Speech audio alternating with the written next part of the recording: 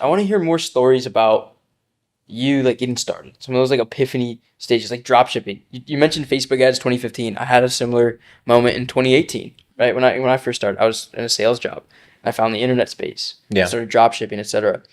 And for me, it was like, holy, like I'm at the job, $34. It pops up first sale ever. Like wow. So what were those moments for you? Like when did you discover Facebook ads? How Oh, did it happen? How did the shop first shop yeah. So I'll actually go begin? back to it. Yeah. So the first time we figured out about Facebook ads was I started clicking on all the ads that were on the right column back in the day before like Facebook even came out on the phones, and it was the right column ads. Those were the super OG ads.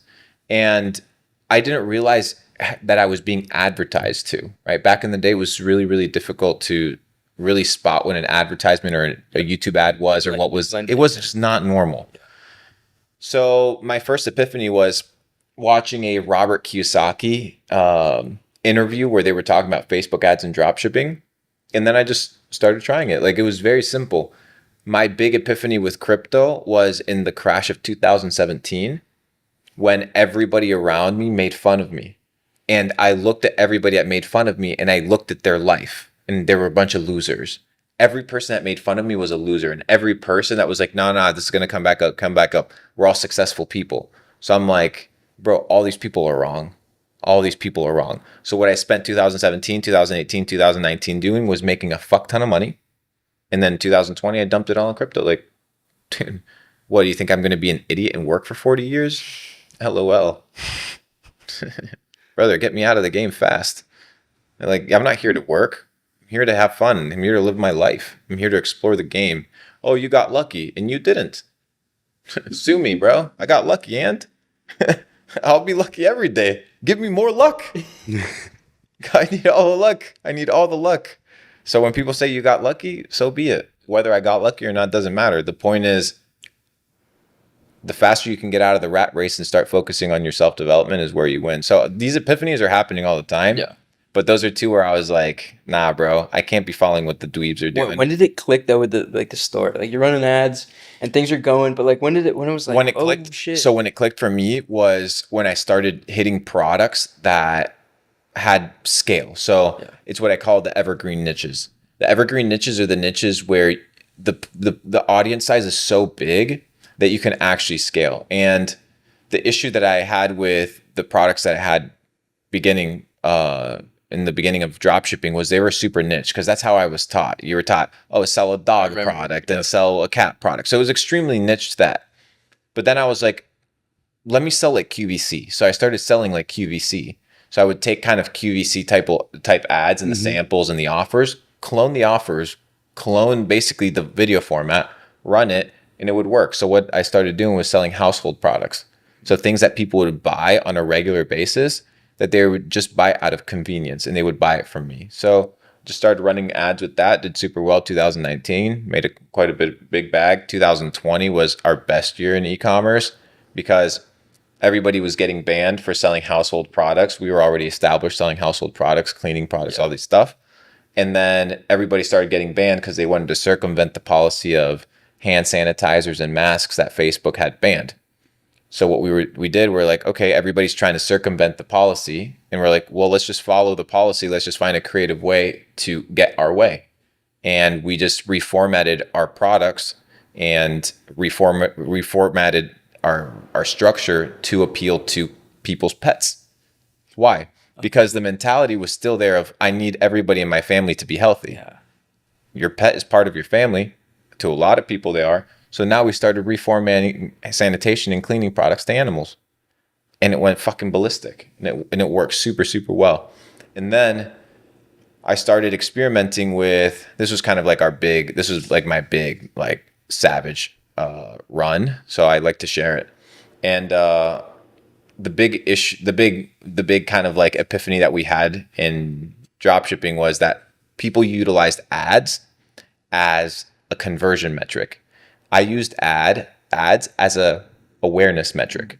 So what I would do is I would create a good enough ad, have a good enough product that I could trend and hit virality in an organic way. So people started treating Facebook as kind of like a billboard, and I treated it more like a Reddit forum. Yeah. So what I would do is I would have it created to farm natural engagement, therefore reducing the CPMs. So for example, I would have, let's say, a dog product, and in the comment section, a lady would be like, this would be really nice for my dog. The average dropshipper, a person that doesn't use their head, would respond, oh, really? Here's 50% off coupon, assuming that they're going to shop. You know what we would do? Go in there. Oh, that's great. Can you upload a photo of your dog? We would love to see it. Boom, she replies. Now we get a third account to be like, that dog's ugly. Now the lady responds and she gets livid and she goes crazy. And then you start introducing politics, and then you start introducing all these other things. And as soon as you know it, you have forums going on organically in your ad, therefore tricking Facebook into believing that this ad is going to be really good for like the native experience, boosting you up, reducing your CPMs, and giving you fucking hella conversion. So in 2020, at that point, I think we had the 10th biggest ad of all time. It had like 250 million views, like 200,000 likes on the ad. It was like crazy, like 100,000 comments. It was really, really insane. So we ran that pretty well for a bit. Yeah, it worked. It was fun. I love stories like that, like just like how things started, like the realizations of this ad and like the angles and stuff. Because I feel like you have a lot more knowledge. And what I like about dropshipping though, bro, is the fact that a lot of the skills translate to they do 100% other businesses. I was doing the dropshipping. I'm in my sales job.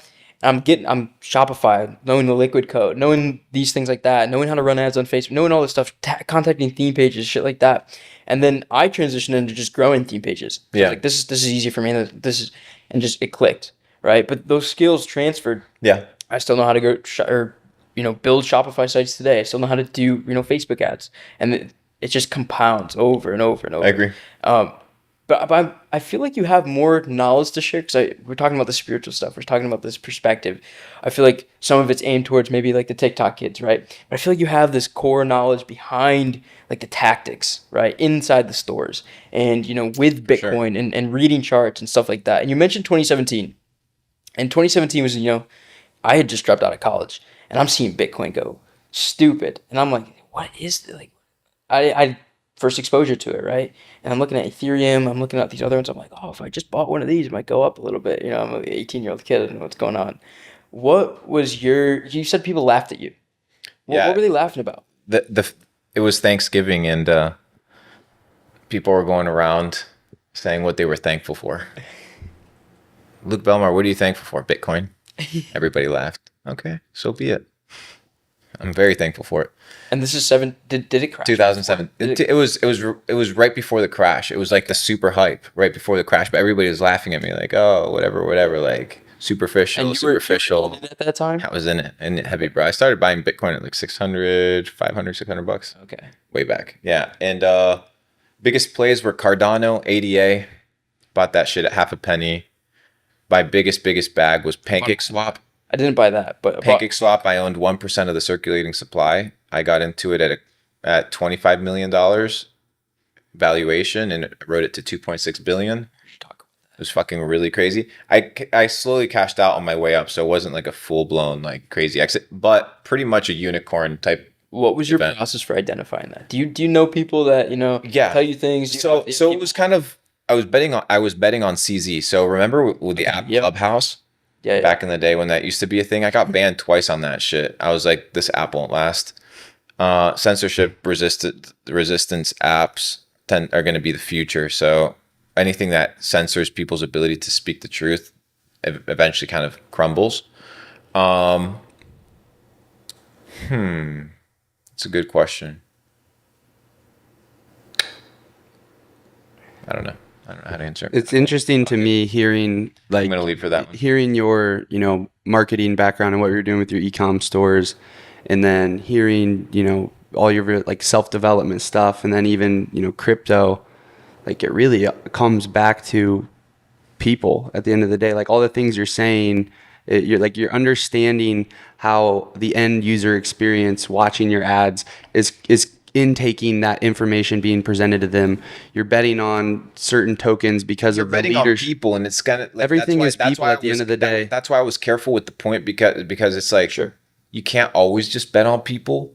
That's why I was being a little bit careful on it. But for example, if you look at Elon, the dude's gonna make Twitter successful. Are you gonna 100%. bet on him or not? Like, dude, like the dude's a fucking genius.